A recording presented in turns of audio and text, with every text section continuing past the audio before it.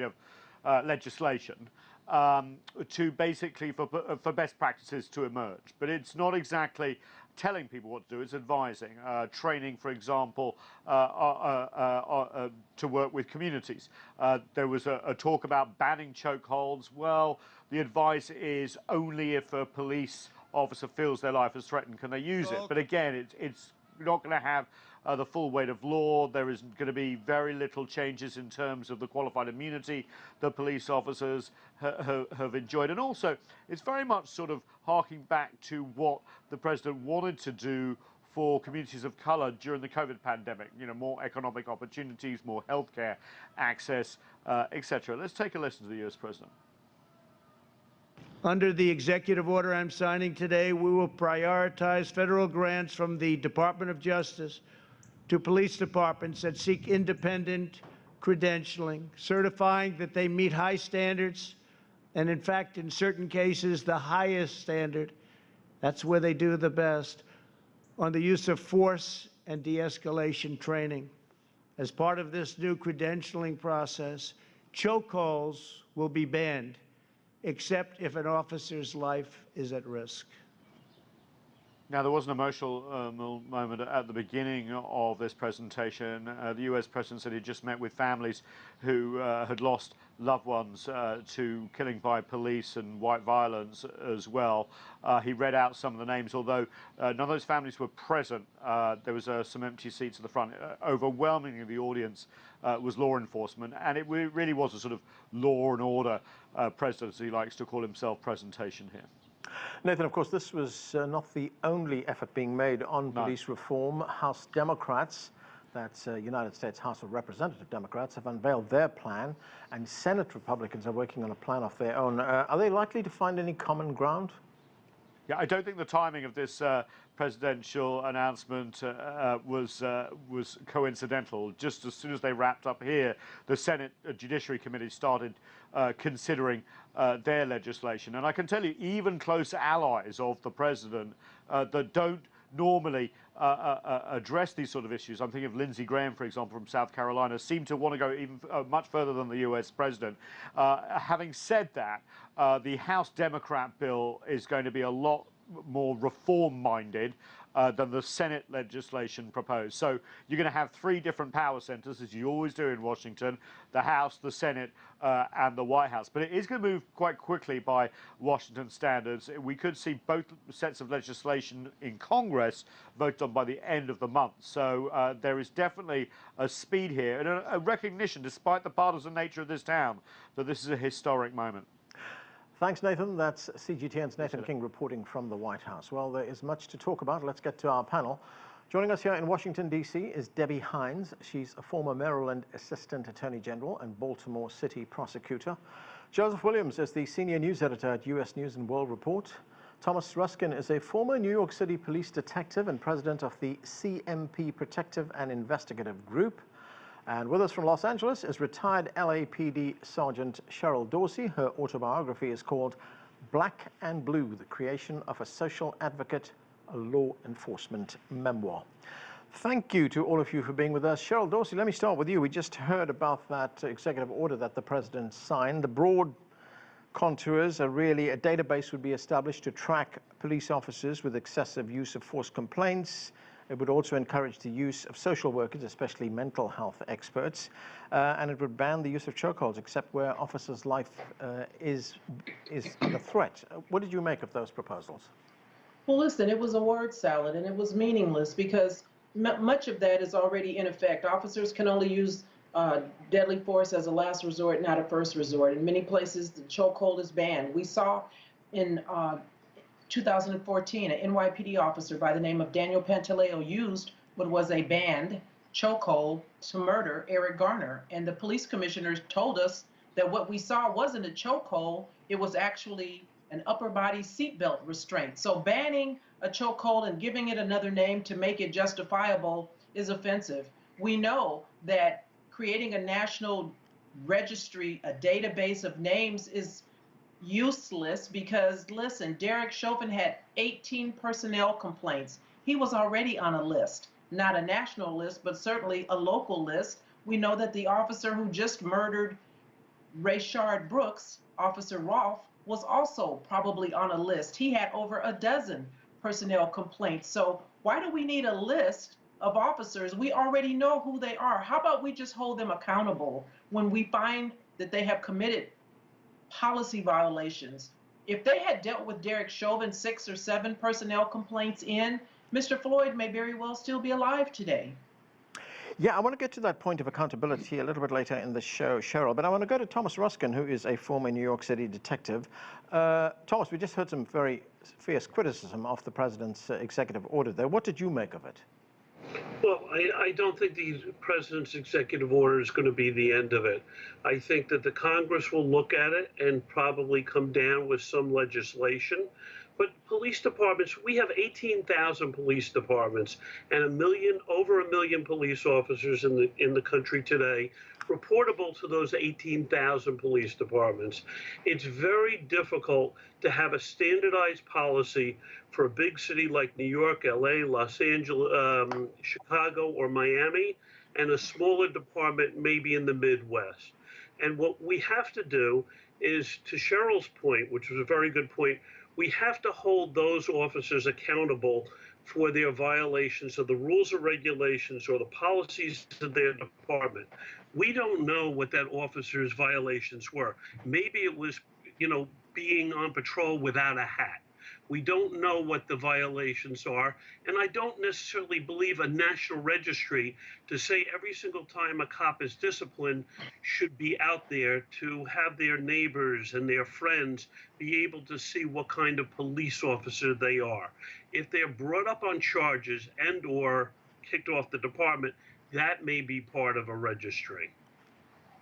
All right, let me go to Debbie Hines. Debbie, we've just heard from two of our guests there that one of the measures that has been omitted by the president is the issue of accountability. The measures largely addressed the issues of force and regulating the use of force, but we didn't hear anything about accountability. Police are treated differently in the judicial system. They enjoy a judicial doctrine, which is known as qualified immunity. Can any of these proposals work if police are not going to be held accountable? No, none of these policies are going to work because that's the main problem.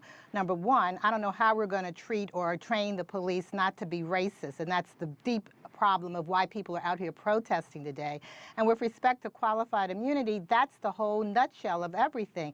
And I find it interesting from yesterday that only Supreme Court Justice Clarence Thomas was the only one who basically said he thought that the Supreme Court should have taken up one of the cases on qualified immunity because it does not need to be as broad. It needs to be very limited so that the police are held accountable. Yes, they're probably the only occupation in the country that is supposed to be protecting and serving, but yet they can do anything and everything, and there is no accountability. And so until we have qualified immunity at a minimum, that's the first start. And what basically Tim Scott and the Republicans are saying is that there's a bill, which a Democrats' bill does have qualified immunity restrictions in it, that's basically a poison pill. They're not even going to look at it. Thomas Ruskin, what is your view on qualified immunity? Should it go? I think that they should look at it. I think it's a very, very interesting, portion of the bill. I think that at certain times cops should have qualified immunity, but it should be very specified to the other guest's point. When you say specified, what do you mean by that? Well, if an officer exceeds his or her authority, then they should be held accountable.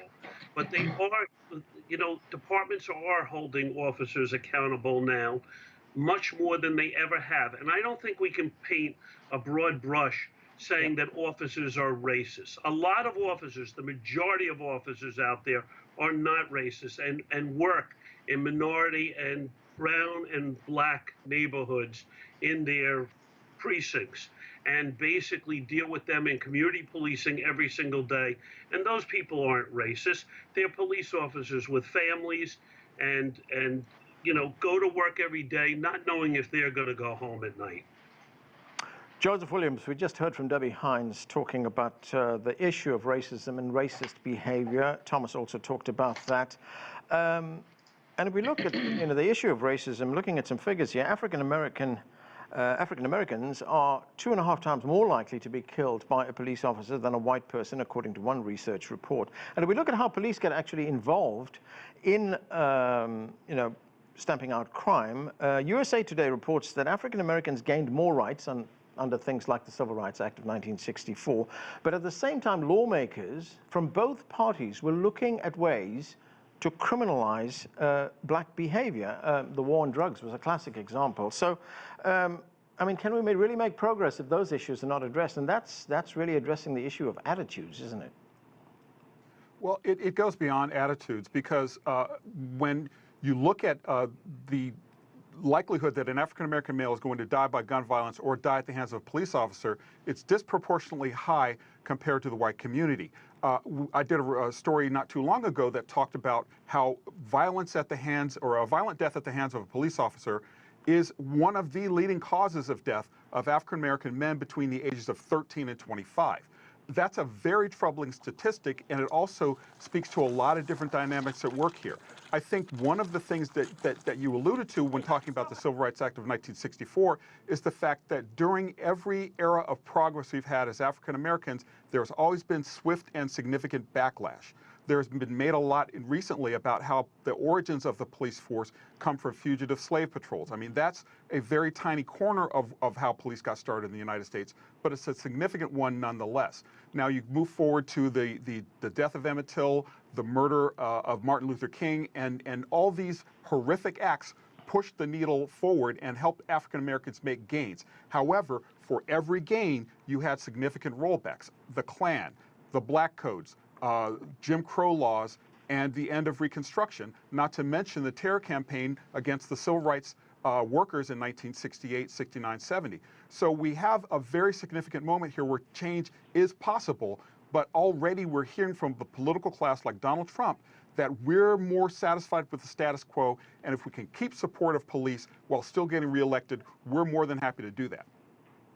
Cheryl, we heard a moment ago from Thomas. He was telling us that there are something like 18,000 police forces in the United States and over 1 million police officers, and that we also have, and a lot of these police forces work in hyper-localized conditions. That was a point that was addressed by one of the Republican senators in the U.S. Senate, Tim Scott. This is what he had to say. I think it's really difficult to establish a codified in law standard for use of force. There are millions of scenarios that play out. There are other aspects of it that we can be more clear on, like the chokehold. This is a policy whose time has come and gone, and we try to tackle that on the local level. The House policy tackles that on the state level. I think the president's looking at a national perspective on that from his executive order. But every single aspect of all three levers want to tackle the issue of chokeholds, and that's part of that entire conversation around the de-escalation of force. So, Cheryl, to what extent is the task of reforming police behavior complicated by the fact that you do have 18,000 police forces, each one with its own rules? Listen, it's not that complicated. You can only use deadly force in the immediate defense of your life or the life of another. And so that's pretty clear. You know, we just saw Rayshard Brooks shot because he took an officer's taser. First of all, a taser is a non-lethal weapon. He was running away from the officer when he was shot and killed twice in the back. There was no immediate defense of life. And so if sense were common, everyone would have it. And so we need to admit that there are officers, and listen, I worked patrol for 20 years. I know the culture and I know the mindset. There are officers out there who live for this kind of stuff. We heard this officer, Rolfe, in his own words, do a victory lap after he shot and killed Mr. Brooks. He said, I got him. It was almost as if he were so proud that he was shooting this man in the back because he didn't have the physical stamina to go and catch him. And so the laws are clear. If it's not immediate defense of life, and I don't care what you think, I know that great deference is given to what an officer says, and now they've learned, all they have to do is say, I was in fear of my life. But you got to be able to articulate it, and it needs to be reasonable, and it needs to be proven. And we don't have that often. Thomas, let's say we have a new set of rules that are put in place that policemen have to abide by. It could be a complex set of rules. It could concern the rules of engagement, the use of deadly force, chokeholds, for instance. Will that make a policeman's job far more difficult? Because we also understand that police make these decisions in a split second. They make it in a split second, and as the senator alluded to today, it happens millions of times in a police department's career. So, when I came through the NYPD, I was taught the chokehold, and I was taught that that was a method which was later reversed when I was a detective.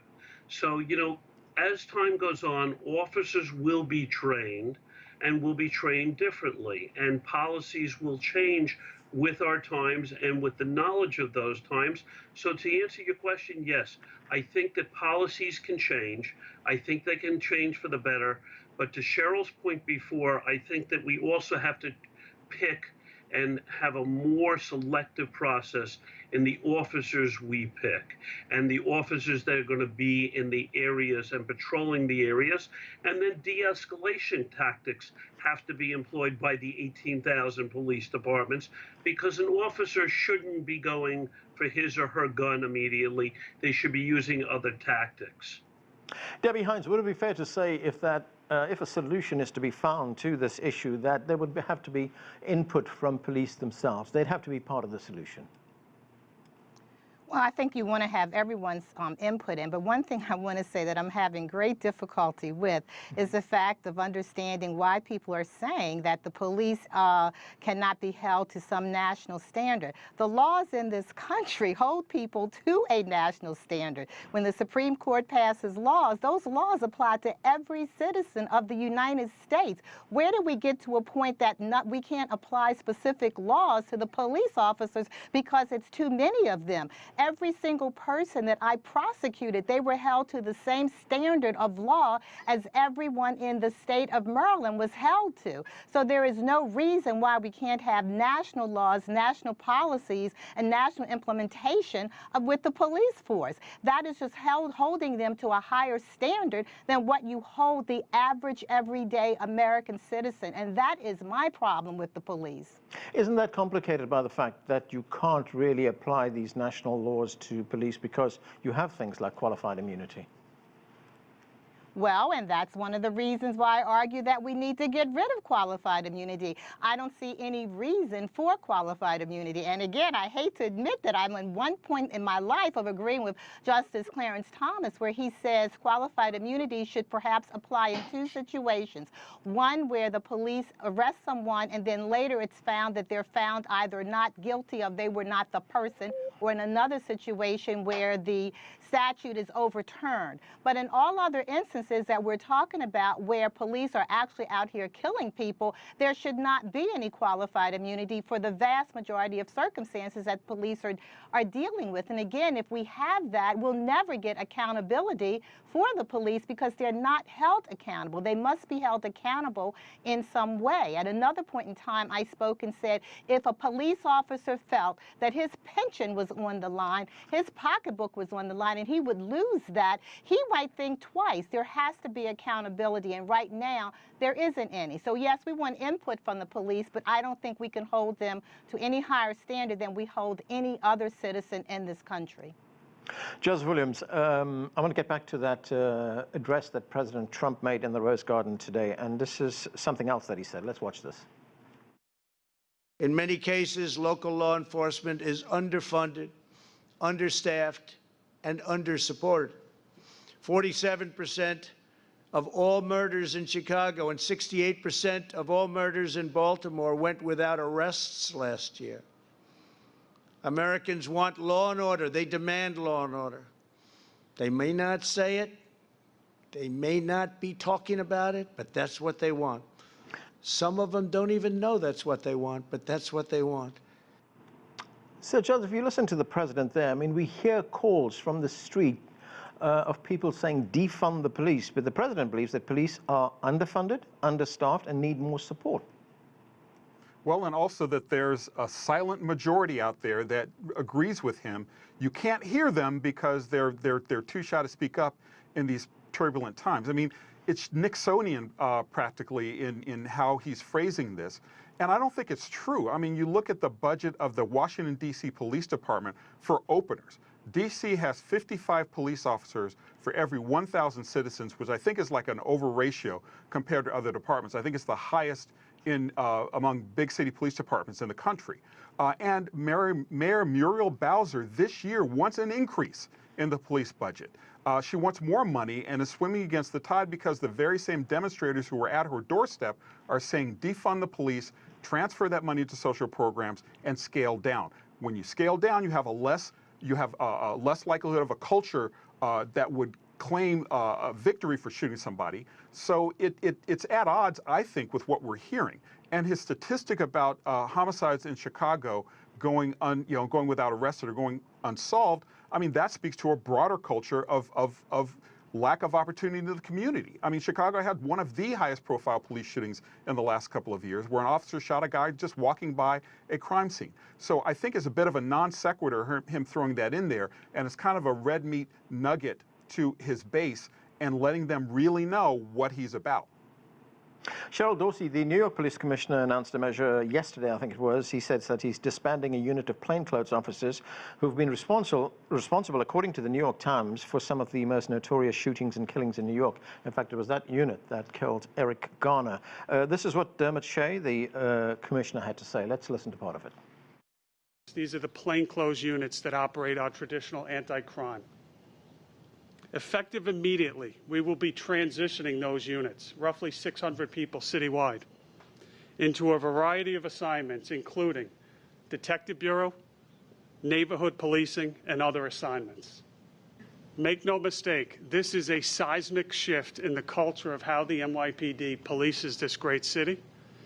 It will be felt immediately throughout the 5 district attorneys' offices. It will be felt immediately in the communities that we protect. So, Cheryl, what do you make of that? Is it significant? Will it change things?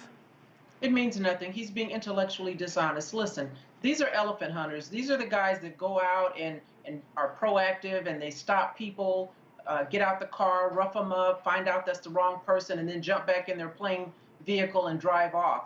Taking those guys out of plain clothes and putting them in a uniform and hiding them somewhere in the building is going to do nothing to stop the other officers who are out there running over pedestrians on bicycles, who are heavy-handed with folks day in and day out. What it will do is it's going to upset those guys because they probably had a pretty cushy job and they enjoyed it. I worked a specialized unit, South Bureau Crash, the gang unit, so I know what it is to be in plain clothes and have a little autonomy, and you get to come and go and you don't have to answer to supervisors like uniformed patrol officers do. But in terms of accountability, they act like it's a bad word and they just refuse to say it. Hold the officers who are misbehaving accountable. If you want to move 600 officers and put them in uniform, do that. But what about those 3, 4, 6 officers that are out there using excessive force and racking up personnel complaints? And oh, by the way, we know that Officer Roth was involved in something that had to do with improper use of a gun.